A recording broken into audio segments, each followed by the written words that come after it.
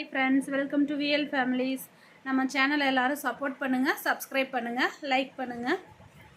இப்போ மனுஷனோட தேவைகள் என்றைக்குமே தீர போகிறதே கிடையாதுங்க. நம்ம போதும்னு சொல்லக்கூடிய ஒரே விஷயம் சாப்பாடு மட்டும்தாங்க. ஏன்னா சாப்பாடு எவ்வளோ டேஸ்ட்டாக இருந்தாலும், எவ்வளோ நமக்கு பிடிச்ச சாப்பாடாக இருந்தாலும் நம்ம வயிறு கொள்கிற அளவுக்கு மட்டும்தாங்க நம்மளால் சாப்பிட முடியும். அதுக்கு மேலே நம்மளால் முடியாதுன்றதுனால மனுஷர் போதும்னு சொல்லக்கூடிய ஒரே விஷயம் சாப்பாடு மட்டும்தாங்க. இப்போ என்ன பண்ணுவோம், ஃபஸ்ட்டு குழந்தையா இருக்கும்போது நடக்கிறவங்கள பார்த்துட்டு நம்ம நம்மளும் எந்திரிச்சு நிற்கணும், நடக்கணும், தவக்கணும் அப்படின்னு ட்ரை பண்ணி அந்த வேலையை நம்ம செய்வோம். அடுத்து நடக்க ஆரம்பிச்சிடுவாங்க. நடக்கிறப்ப என்ன நினைப்போம், நடந்து நடந்து போர் அடிச்சிருச்சு, ஓடுறவங்கள பார்த்தோன்னே நம்மளும் ஓடணும், விளையாடணும் அப்படின்னு நமக்கு தோணுங்க. அடுத்து ஒரு 4 வயசு 5 வயசு ஆனோடனே நம்மளை கொண்டு போய் ஸ்கூலில் சேர்த்து விட்டுருவாங்க. ஸ்கூலுக்கு போகிறப்ப ஸ்கூல் லைஃப் தான் நமக்கு இருக்கிறதுலே ரொம்ப ஒரு போரிங்கான லைஃபாக தெரியும். ஏன்னா ஹோம்ஒர்க் எழுதணும், எக்ஸாம் எழுதணும், மார்க் வாங்கணும், திரும்ப காலையில் சீக்கிரம் எழுந்திரிச்சு ஸ்கூல் போகணும், வந்துட்டு டியூஷன் போகணும். அதுலேயே நமக்கு ரொம்ப ப்ரெஷராக இருக்குன்ற மாதிரி நமக்கு அவ்வளோ ஒரு மைண்ட் செட் இருக்குங்க. ஸ்கூல் லைஃப் ஐயோ எப்படா ஸ்கூல் முடியும், காலேஜ் போய்ட்டால் ஃப்ரீ பேட் ஆயிடுவோம் அப்படின்னு நம்ம நினைப்போங்க. இப்படியே நம்ம நினச்சி ஸ்கூல் லைஃபு ஓரளவுக்கு முடிஞ்சிருங்க.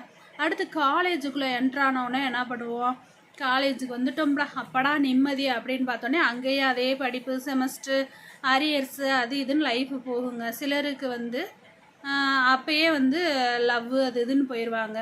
மற்றபடிக்கு நம்ம இப்போ காலேஜ் படிச்சுட்ருக்கப்ப அடுத்து என்ன நினைக்கும், சிலர் என்ன நினைப்பாங்க, அடுத்து நம்ம ஒரு நல்ல வேலைக்கு போய் செட்டில் ஆகிடணும். அப்படி நம்ம செட்டில் ஆகி கை நிறைய காசு சம்பாரிச்சிட்டு நம்ம அம்மா அப்பாட்ட நம்ம செலவுக்கு காசு கேட்காம இருந்தோம்னா நமக்கு ஒரு பெரிய கெத்தாயிடும் அப்படின்னு நம்ம கையில் கை நிறைய சம்பாரிச்சிடணும், நம்ம ஒரு நல்ல வேலைக்கு போயிடுறோம் அப்படின்னு நினைப்பாங்கங்க.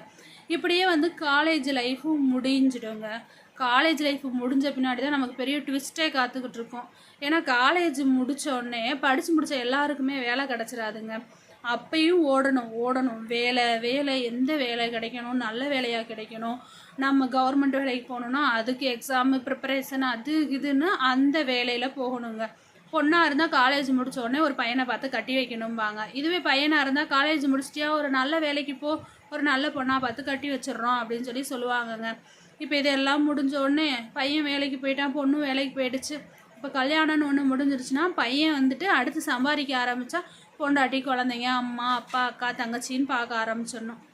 அதே மாதிரி பொண்ணு என்ன பண்ணணும், நம்ம புருஷன் குழந்தைங்க அப்படின்னு அவங்க பார்க்க ஆரம்பிச்சிடணுங்க. இதுலேயும் நம்ம லைஃப் ஓடிக்கிட்டே தாங்க இருக்கணும்.